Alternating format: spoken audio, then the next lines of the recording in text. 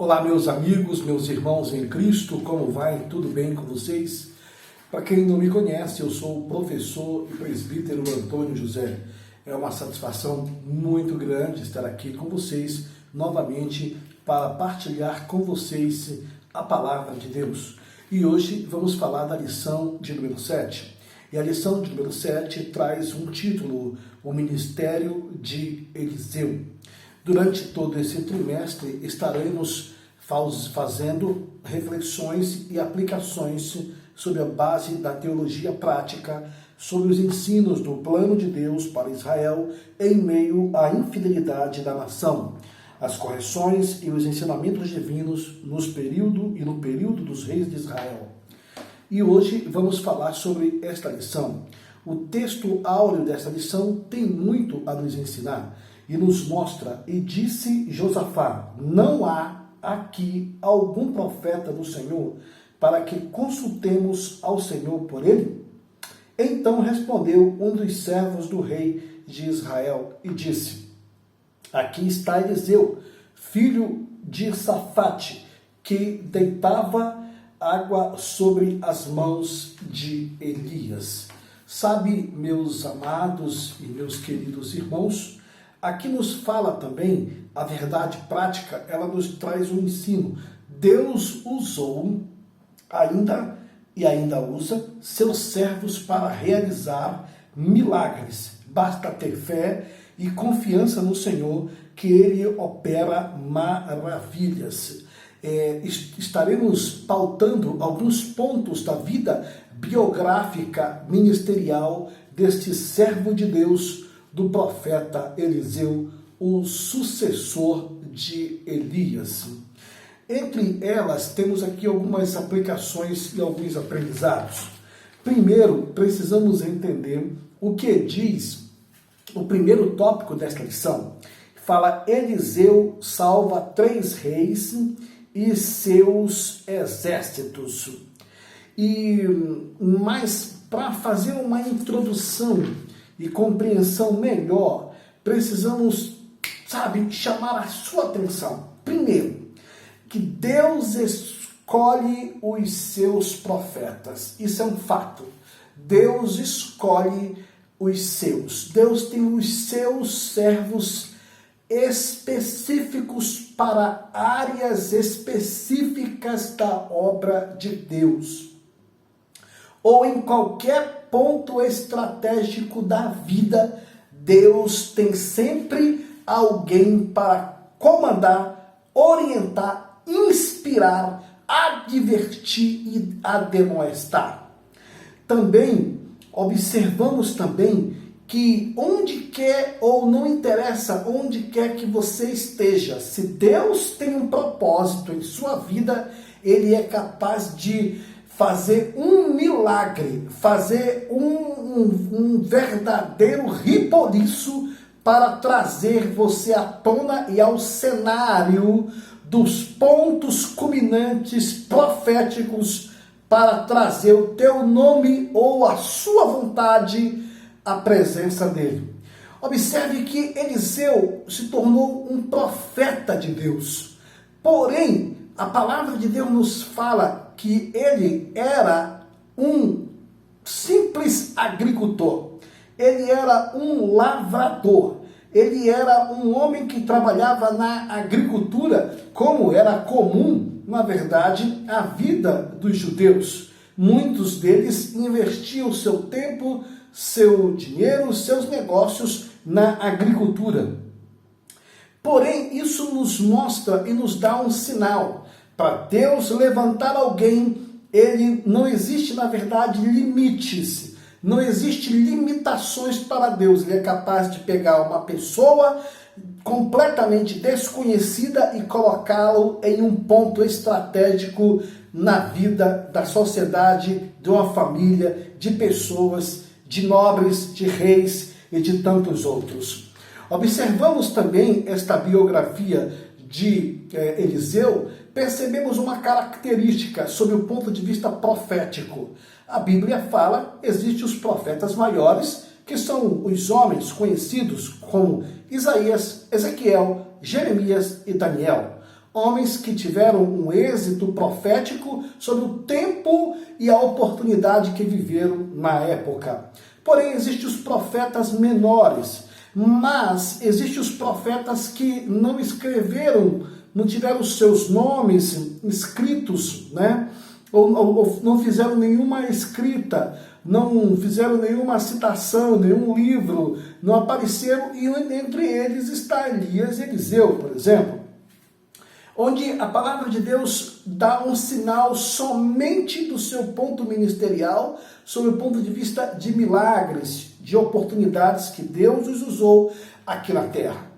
Porém, é preciso fazer uma análise, por exemplo, sobre a pessoa de Eliseu. Era um homem segundo o chamado do Senhor, um homem escolhido por Deus para uma época em que Israel estava completamente afundada, atribulada e perturbada por reis que não tinham a observância da lei do Senhor, reis que não tinham o temor do Senhor, reis que a história narra e nos mostra sobre reis bons e reis maus. E a Bíblia diz assim que, sob a orientação de Deus, não no ministério de Eliseu, Eliseu salva 3 reis e seus exércitos. As características que a Bíblia fala dos reis nos mostra assim, reis bons e reis maus. Os reis completamente maus eram reis envolvidos em idolatria, eram reis envolvidos em cultivar outros deuses, em cultuar e cultuava outros deuses, melhor falando, e eram reis que procurava guardar-se de qualquer coisa que tivesse compromisso com o eterno. Ou seja, eram reis que muito envolvidos em idolatria, em ídolos, que era uma característica comum ao povo judeu. Eles se envolviam muito em imoralidade e se envolviam muito em idolatria. E os reis bons eram conhecidos como reis que guardavam a lei do Senhor, guardavam os mandamentos de Deus, guardavam o culto a Deus, a lei e os preceitos do Senhor. Eram conhecidos como reis bons que obedeciam o chamado de Deus. Também aqui é importante colocar um ponto culminante aqui sobre a pessoa de um profeta. Não interessa quem é essa pessoa, né? Não interessa, mas a palavra de Deus ela nos mostra que se alguém falar em nome de Deus, se alguém profetizar em nome de Deus, pode ser um pastor de nome, de renome, famoso, ou alguém desse mundo gospel, né? Pode ser quem quer que seja. O que vai dizer que ele é ou não uma pessoa de Deus é o que ele falar se cumprir. Porque uma das características e bases do ministério profético é que tudo que o profeta fala se cumpre. Isso é um fato. Outro ponto também que precisamos aqui fazer uma análise, né? Uma análise sobre essa questão de aplicação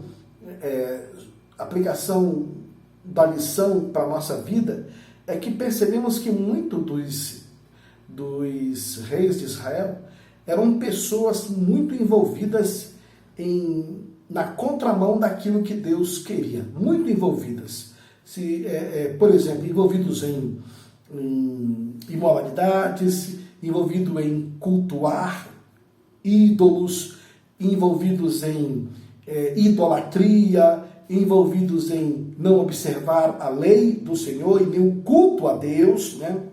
Isso nos mostra uma característica interessante. Uma das bases que Satanás usa é a base da liderança. Satanás sempre vai com uma intenção maligna de ferir o pastor e deixar as ovelhas dispersas. Essa é a característica do inimigo, ferir o pastor e deixar as ovelhas dispersas. A gente vê isso muito na história dos reis de Israel.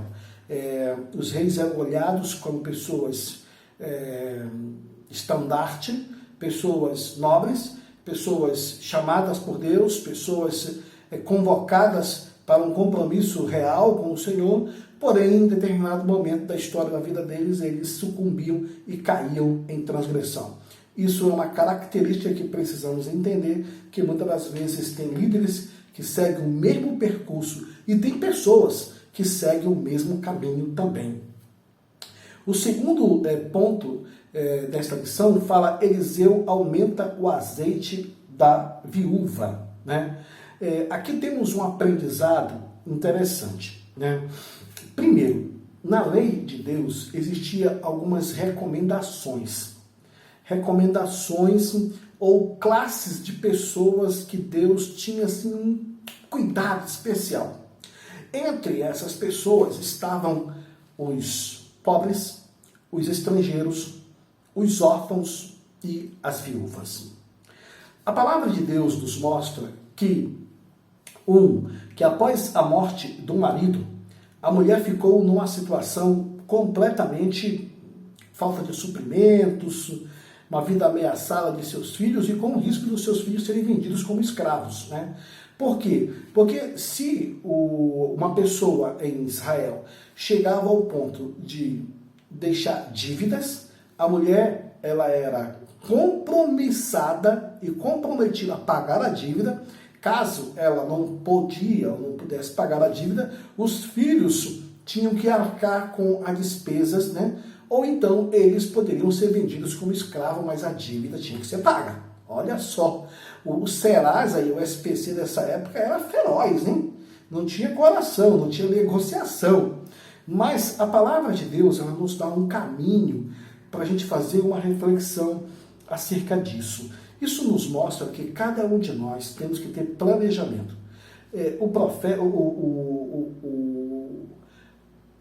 Este homem aqui, que deixou a família endividada, que deixou a viúva com dívidas, né? Era o caso de um dos discípulos dos profetas, né, de Israel. É uma pessoa que ela não tinha essa preocupação. Mas quem vai saber o dia que vai morrer? Ninguém sabe. Mas de uma certa feita, o que a gente pode tirar como aprendizado aqui é que a morte, por exemplo, não dá um aviso prévio quando é que ela vai chegar na vida de ninguém. Mas, porém, aqui nos dá um caminho muito interessante. É que Deus não abandona os seus. E não interessa quem fez a dívida, quem criou o problema, que situação a pessoa esteja. Mas a Bíblia nos mostra que Deus não abandona os seus. Assim como ele não abandonou esta viúva de Sarepta aqui, que era, na verdade, o seu marido. Ele era um homem seguidor de Eliseu, da escola dos profetas, um homem de Deus. Mas ele não teve certos cuidados com as dívidas e deixou esse problemão aqui para a viúva. Porém, quem tem Deus na vida, não há portas fechadas. Quem tem Deus na vida, o Senhor abre portas onde não tem portas. E assim Deus colocou pessoas no caminho desta viúva para trazer o milagre. Sabe quem foi essa pessoa? O profeta Eliseu. Aqui tem um detalhe interessante para se falar sobre o azeite. Na dieta e no cardápio judaico, o azeite era algo que não podia faltar no dia a dia do povo judeu. Os judeus tinham uma série de restrições a alimentações, inclusive não comer carne de porco, não comer uma série de frutos do mar, não comer, por exemplo,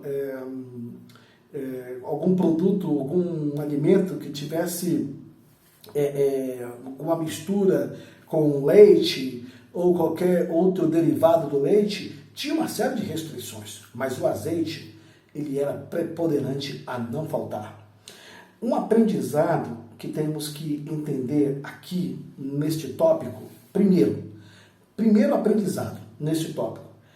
Quando se tem um profeta, um homem de Deus, no nosso caminho, Deus abre porta onde não tem portas. O milagre aparece. É importante colocar um ponto aqui. Com quem você anda? Quem são os seus amigos? Porque no caminho aqui desta viúva estava o profeta Eliseu. Quem são as pessoas que estão contigo no teu dia a dia? Isso faz muita diferença. Segunda lição que isso nos traz é que Deus trabalha com o nosso pouco que temos. O que aquela mulher tinha era somente uma pequena quantidade de azeite na botija. Deus trabalha com o que você tem. Lembra daquela história dos peixes e dos pães, da multiplicação que Jesus fez ali para alimentar aquela multidão? Pois é. De repente, alguém apresentou ali poucos pães e poucos peixes. E o Senhor fez uma multiplicação. Ou seja, Deus sempre trabalha com aquilo que você tem. É o pouco que você tem é que Deus vai trabalhar. Isso faz a diferença. Outro ponto também que deve ressaltar é que aqui nesse tópico nos fala e nos mostra que o Senhor ele falou para pegar o azeite, convocar a vizinhança toda, reunir todas as vasilhas que ali estavam ali e deitar o azeite nas vasilhas ali. Quanto mais vasilha, mais azeite estava sobrando ali. Mais deitava o azeite sobre as vasilhas, mais as vasilhas enchiam. Isso nos mostra que de repente falaram com a vizinhança e chegaram ao ponto assim, ó, tem mais vasilha, me dê mais vasilhas, empreste-me mais vasilhas, e mais azeite tinha. Chega um determinado momento que um dos princípios foi esse aqui, ó, as vasilhas já estão aqui, todas já estão aqui, só tem esse pouco de azeite, agora fecha a porta. Isso nos mostra que aquela casa tinha que ter uma intimidade familiar. Aquele milagre era um milagre para a família. Aquele milagre era um milagre para os que estavam ali dentro. Isso nos mostra o seguinte, que Deus queria fazer uma obra, um trabalho, um milagre na intimidade familiar. Deus quer sempre trabalhar na nossa intimidade, no nosso coração, na nossa mente, nos nossos pensamentos, na nossa vida, na nossa intimidade particular. Lembrando que a transformação de Deus na nossa vida, ela é de dentro para fora. Outro ponto também aqui é o terceiro, onde fala a morte que havia na panela. Meus amados, um dos aprendizados que nós temos aqui nesta lição é que na escola de líderes, né, que era aquela escola de profetas, de pessoas que preservavam o cumprimento dos mandamentos, as leis, os preceitos do Senhor, pessoas que guardavam ali os mandamentos, eram os apologistas daquela época. Ou seja, eles andavam na contramão daquela liberalidade que os reis de Israel tinham, quando queriam fazer coisas estranhas, ocultas e até mesmo abertamente ao público, para não adorar ao verdadeiro Deus e não honrar o verdadeiro Deus. Porém, eles eram, naquela época, eles eram a resistência. Eles eram as pessoas que mantinham um compromisso com Deus e, a partir desta situação, eles não aberravam, eles não cediam. E isso nos mostra uma das coisas interessantes e nos aponta é que nós precisamos de pessoas com personalidade, com caráter, com conduta, pessoas que realmente estejam à disposição de aprendizado, de entrar na escola de Deus, de aprender, de guardar os preceitos do Senhor, a vontade de Deus, os propósitos do Senhor, de viver para Deus. E aqui tem um outro detalhe para finalizar. Todos os milagres de Jesus no Novo Testamento teve a ação humana. Por exemplo, muitos dos milagres que a gente vê no Antigo Testamento também teve a ação humana. Lembra de Moisés, na abertura do Mar Vermelho? E tu, Moisés, pegou a vara, fende as águas e elas se abrirão para um lado e para o outro, e os filhos de Israel vão passar a pé enxuto. Primeira atitude humana. Pegou a vara e fendeu as águas e se abriram para um lado e para o outro. Isso nos mostra o seguinte: os milagres de Deus precisam da atitude humana. Ou seja, é por isso que a palavra oração, ela tem orar e ação. Orar, parte espiritual. Ação, parte física. Orar, você vai trabalhar no mundo espiritual. A ação, você vai trabalhar no mundo físico. Isso nos mostra que assim tem que ser a nossa vida. Até a próxima aula. Que Deus te abençoe. E se você gostou desta mensagem e desta aula, se inscreva no nosso canal. Deus te abençoe e te guarde. E até o próximo vídeo.